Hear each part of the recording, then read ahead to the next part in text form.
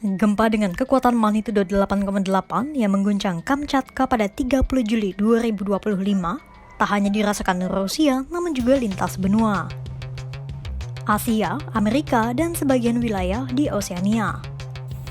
Guncangan itu memicu gelombang tsunami yang menjalar hingga Amerika, Jepang, dan sejumlah wilayah Asia Tenggara termasuk Indonesia serta negara-negara seperti Guam dan Papua. Fenomena itu tak terlepas dari posisi Kamchatka di zona cincin api Pasifik dengan aktivitas tektonik yang tinggi. Pergerakan seismik yang terjadi di Kamchatka mampu memicu gelombang tsunami yang menyebar di seluruh Samudra Pasifik. Apa yang sebenarnya terjadi saat gempa mengguncang Kamchatka dan kenapa dampaknya bisa sampai Jepang, Amerika, hingga Indonesia? Satu gempa di Kamchatka, Rusia memberikan dampak yang sangat luas dari benua Asia, Amerika, hingga sebagian wilayah Oseania. Bagaimana ini terjadi?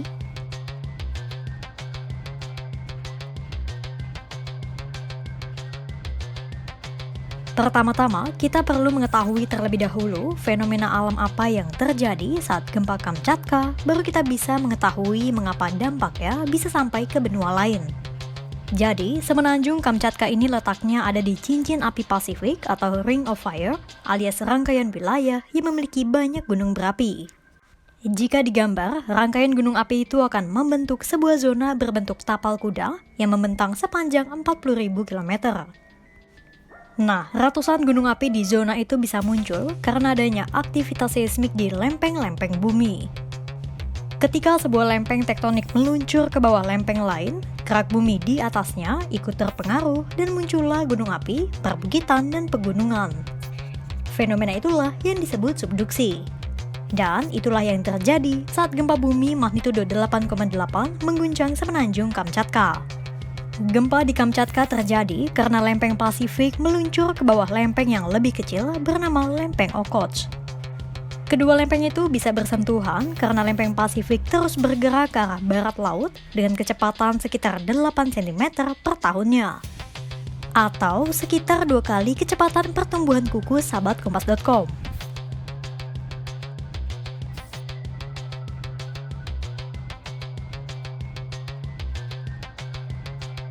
Nah, ketika subduksi lempeng Pasifik dan lempeng Okhotsk terjadi, otomatis air di atas lempeng ikut bergerak dan timbullah tsunami. Kalau di laut dalam, tsunami bisa saja bergerak dengan kecepatan 800 km per jam atau hampir sama cepatnya dengan pesawat penumpang. Saat terjadi tsunami di laut dalam, jarak antar ombak sangat panjang dan ombaknya tidak terlalu tinggi. Karena kecepatan itulah, tsunami bisa mencapai pantai-pantai di benua Amerika dan Asia hanya dalam waktu beberapa jam. Apalagi, bentuk Samudra Pasifik itu luas dan terbuka seperti mangkuk besar. Karakter itulah yang membuat gelombang bisa memantul dan menyebar ke berbagai arah. Tapi, saat tsunami memasuki perairan dangkal dekat daratan, lajunya melambat sekitar 20 hingga 30 mil per jam. Jarak antar gelombang jadi memendek dan gelombang bertambah tinggi dan menciptakan dinding air di dekat pantai. Itulah mengapa berbagai tsunami turut dilaporkan di Rusia, Jepang, Amerika, dan negara lain walau tingginya tidak mencapai puluhan meter. Pasalnya, ketinggian gelombang tsunami juga dipengaruhi oleh bentuk dasar laut setempat di dekat pantai dan bentuk daratan tempat gelombang itu tiba.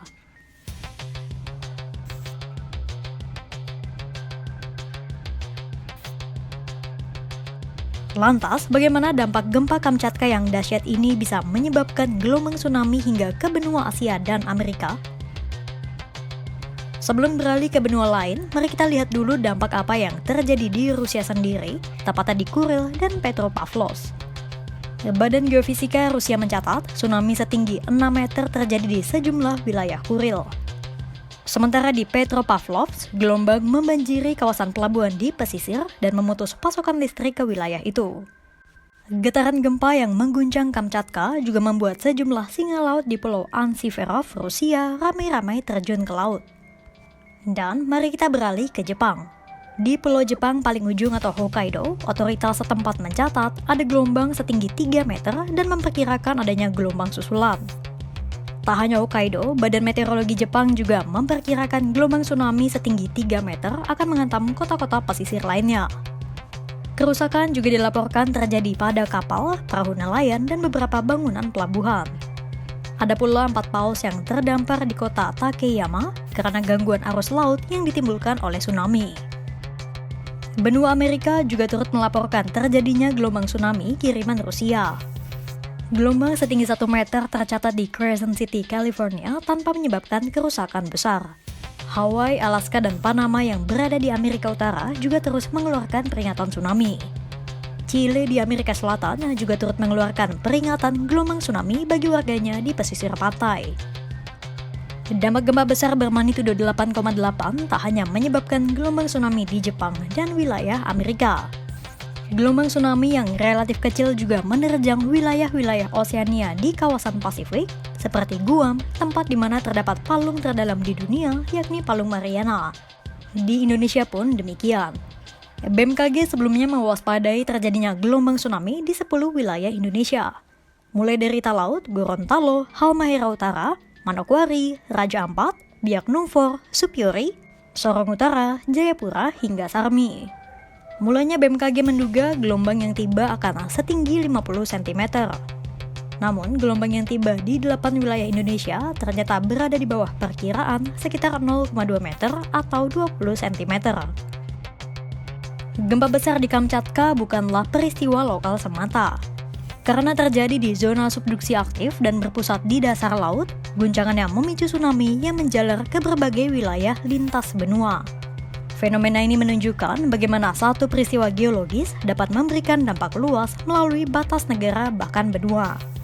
Dengan memahami pola pergerakan lempeng dan karakteristik tsunami, kita bisa lebih waspada terhadap potensi bahaya serupa di masa depan. Karena ketika bumi bergerak, dampaknya bisa terasa di tempat-tempat yang jauh dalam waktu yang sangat singkat. Kira-kira fakta menarik apa lagi yang menarik untuk dibahas ya, sahabat kompas.com? Tulis di kolom komentar ya.